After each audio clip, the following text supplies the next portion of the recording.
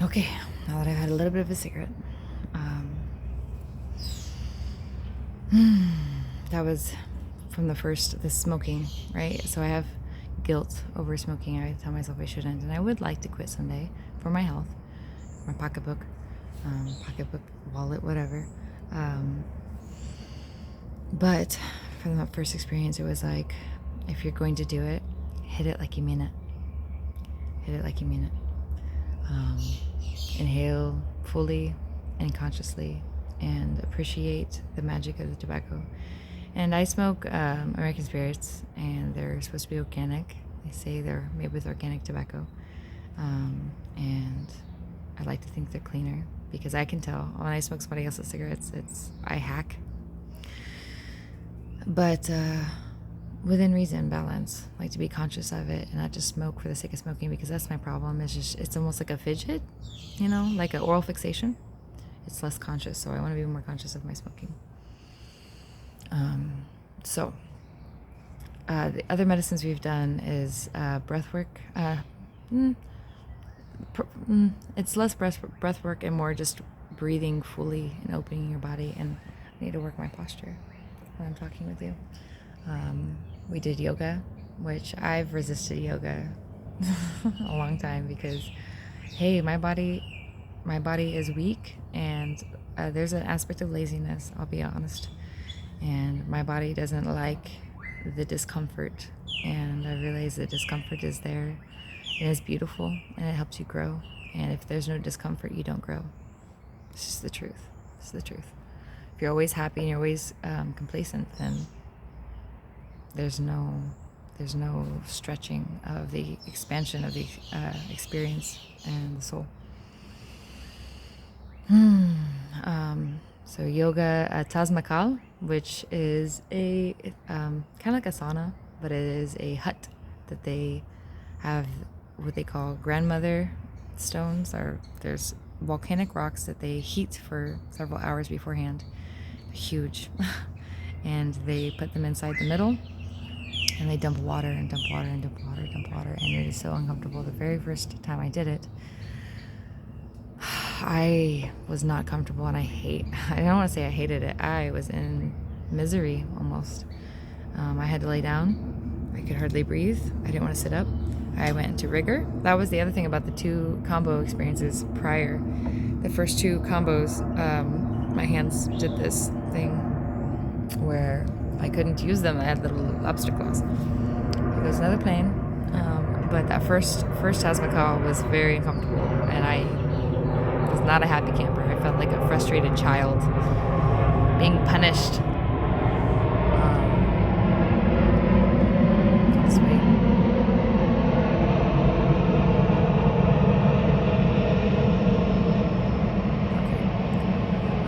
I hope that you can hear all this, because if not, I'll be very sad, but hopefully I'm just going to trust that it works.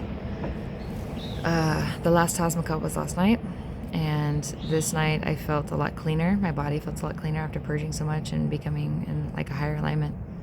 And I refused to lay down, because when you lay down, the heat rises. So if you lay down, it's not as intense. And the first time I was laying down almost the entire time. And this time I said, I'm not going to lay down, because if I lay down, I'm not going to want to get back up. So I'm going to sit with the discomfort, and I'm going to face myself. And I did, and found strength in it and discipline. And I sat through the whole thing upright. And I even got closer to the fire when she asked to get closer to the middle where it's hotter. And I sang, and I played along with the music. They were singing, and I was clapping my hands or smacking my feet in the water on the ground. And I was proud of myself. There's a term they say, chikawa, which is strength. And I've used that.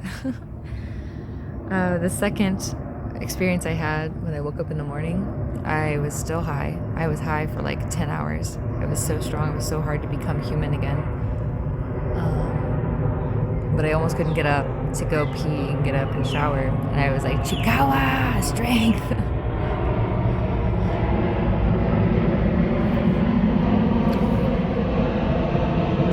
This is the only thing that I would complain about, but it's no one's fault. It's just, this is spring break season, so there's so many right now. So the second night, my intention for that night was I said, Grandmother Ayahuasca, please cleanse and purify my mind, body, and soul so that I may so that I may be granted perfect health and true alignment, because it is my divine right. And I repeated that several times at the beginning with that intention. And I was willing to experience something very uncomfortable. And I was like, if I have to be like suffering for this to clear and like purify me, okay. And so I took it, and the insects played a strong part. Like the insects, the bug sounds around us, because we're outside, was very influential. And it's like they sang to us at a certain frequency. And I realized that people don't like bugs. If anyone knows me personally, I love bugs, and I protect them. I don't necessarily want them crawling on me like unexpectedly. I don't like that, but I will protect them, and I will save them, take them outside so people won't squish them. And I honor them. I've always been like that with bugs. Like, I don't know. And I don't even want to call them bugs, because they got that. People call them bugs because they bug them, and like they're insects, right? But they provide intelligence. They are like little beacons of intelligence from the universe. I have notes in my phone, so let's look at the notes in my phone. Actually, 6 minutes. This is probably going to be a long video, and that's going to be okay. So let's see. If I could find it, that'd be cool. If I was prepared, whatever. Okay, Ayahuasca experience number 4. This is not in any particular order. One of my favorite things that came from this is DMT is in everything. DMT is in our bodies. I think it's in the water. It's in plants and animals and bugs, and every living thing on this planet has DMT. And when you die, you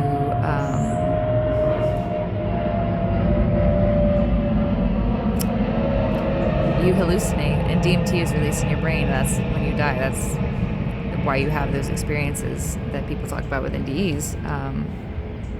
So DMT is organic Wi-Fi. It is the true frequency that's always available, that you can tap into, that people don't even know exists until you experience it through plant medicine to some extent, right? So if you can tune in to the DMT that's already present everywhere, people think too much. People are so in their head, and that's why we're so confused and we're lost and we don't really know what to do, is because we try to think too much about everything. But if you were to tune in to the frequencies of the planet, to the universe, you just know. You don't have to question it. And that was very freeing, to stop thinking so damn much and just be, and just know.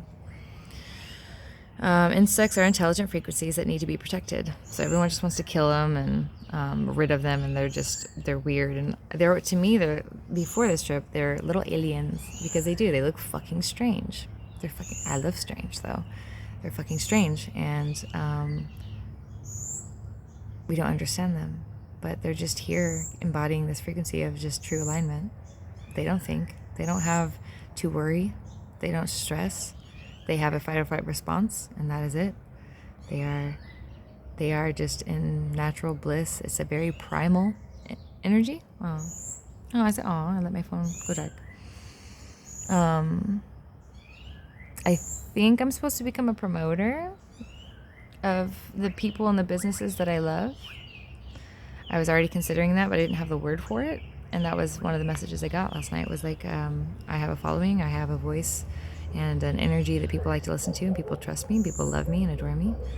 So like, people trust me. So if I can find brands of the things that I think are valuable, and I can promote those, and I could potentially make a living off that.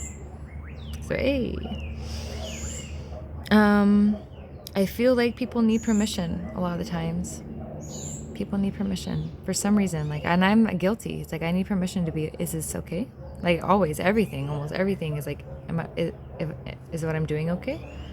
Is this being received well? Is this okay? So I want to start giving people permission. Yeah, you're a mess. You have permission to be a mess. You have permission to rest. You have permission to honor yourself and know your truth, and that's how you feel, and that's how you feel. I give you permission. Yes. Sisterhood. Yeah, that was a big one. The women carry a divine frequency, and like men have their own, right, divine right, but women carry and embody the magic, right? There's so much wonder in us, and we have been told to dim it down and contain it, and to be small and not to be too much, and like all these containers around women to not take up too much space or be too powerful. And like, fuck that. We are so incredibly powerful. That's why we've been contained, because they're like, no, let them in, take care of it. I'm like, I mean, they are wonderful, and I am not a man hater. They are there for a reason. They provide so much, right? But women are incredibly powerful, and they don't want you to know it. And I keep letting this die. Broadcasting live from my frequency to everyone to tap into, connected with many through people's dreams and energy. So there was a moment where I felt like my personal Wi-Fi, my energy, was broadcasting live, and whoever knows me or wanted to touch or tap into my frequency, I was allowing it to be open for everyone to like touch and feel my medicine. Because prior to this trip, my first experience of ayahuasca, I am the medicine. I bring my own medicine, with or without plant medicine, with or without modalities or education. My soul, my voice, my tones, my face, my eyes, my attention is medicine for people. And I know that. And so me being tuned in to this higher frequency on ayahuasca, I felt like I was just broadcasting this healing Wi-Fi of my own that people could touch and tap into. And I feel like I interacted with several people that I know, whether they were conscious of it or not. It's like I had little conversations with their soul, and they did a lot of, I give so many kisses, which I don't normally do, but this trip apparently was just kissing myself too, like so sweet. The universe is playful. The earth, the energy that is naturally present, is about play. Because if you didn't know, most animals play. They have an aspect, that's just natural to them. And we have forgotten how to play. We think it's for children. We're told only children can play. It's only appropriate for children to play. An adult's version of play is sex, drugs, drinking. Like, there's more to life. There's so much more. There's so much more playfulness that you can enjoy than just what we're told is socially acceptable. But yeah, I got that a lot. Almost like I almost got like a Hindi vibe from it, like the way they shake their head. Yeah. I want to teach my daughter what a gift it is to feel, see, touch, taste, and play. Teach her to stem in her body. It taps you in. So that frequency, the organic Wi-Fi, right? It's all within us, but we forget, and we're so focused on just interacting with the outside world that we forget it's all within us. And so what a gift it is to see beautiful colors and beautiful plants and insects. What a beautiful thing it is to make noise and use our tones, and to stem in our body. Our body craves movement. We don't move enough, right? And so everything's popping and cracking, but I haven't had so much movement. Everything's been so tight and locked up for so long.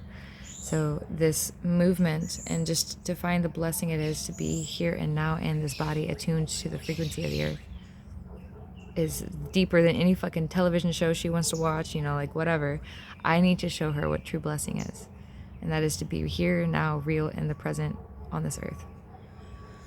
I naturally command respect because I give it. So that's something about me throughout my whole life. For the most part, I would say 98% of people naturally respect me, but because I like naturally innately offer respect as well. And so because of that, it's like an agreement without being spoken, that I respect you, you respect me. And so I've always just naturally had people respect me. And those who haven't were lessons. You know, they were lessons in my own boundaries and what I allow and what I expect from others. Deep reverence. I felt this, like, without actually bowing, I felt like this deep, like, there was a time I actually bowed. I went to smoke out by the pool, and I actually did this whole bow really low, almost like what you imagine the Chinese.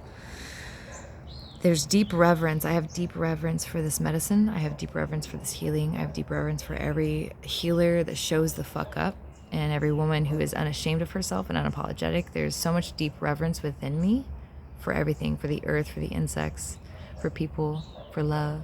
So much deep reverence. This is the most wild part. Like I said, this is in no particular order. So there was a time where the medicine was so strong that I did not feel human. I was not a human. I was a primal force. I was connected to this primal force of the earth through the insects, so much so that I felt as if I was not, like, I didn't imagine myself as an insect. Like, I did not become an insect, but my body, the frequencies within me, I was like shaking and like gyrating, and like it was almost, I got the feeling of like how crickets make those noises and they rub their legs together and like they shake, like I was giving off these it was the most intense, powerful thing. But I was not quite human. I was not Kayla at that time, and I was so gone. But I just trusted. I didn't fear. I didn't resist it. I allowed myself to be gone. And I was on a different dimension, truly. And I was shaking so much. There was this, I kept using my face in very strange ways. They're not going to be cute, but I'll show you if I can remember exactly what they were. Hold on.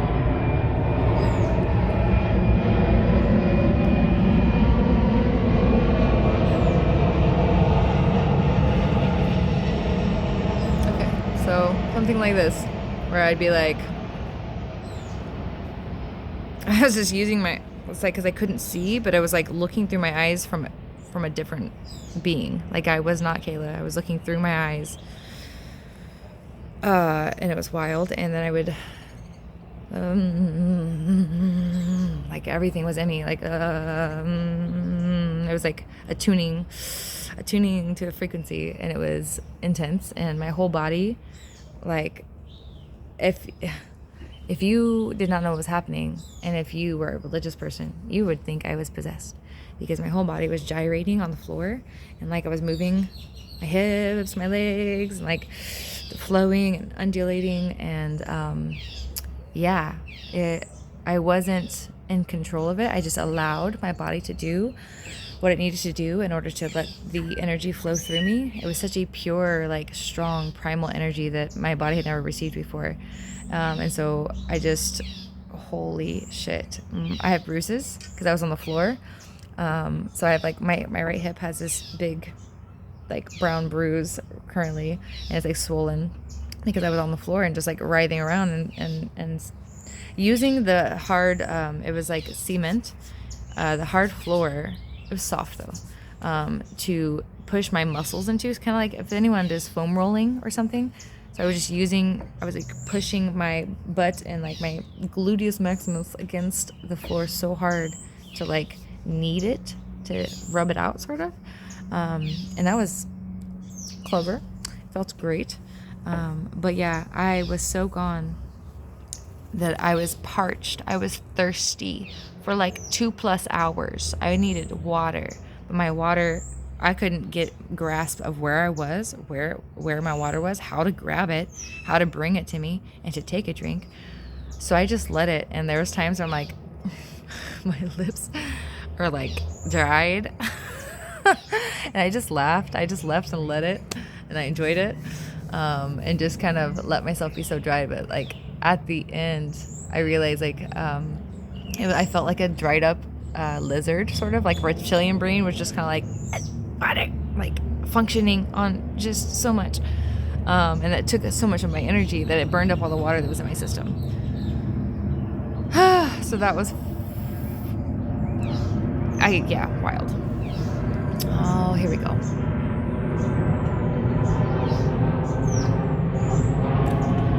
I'm gonna start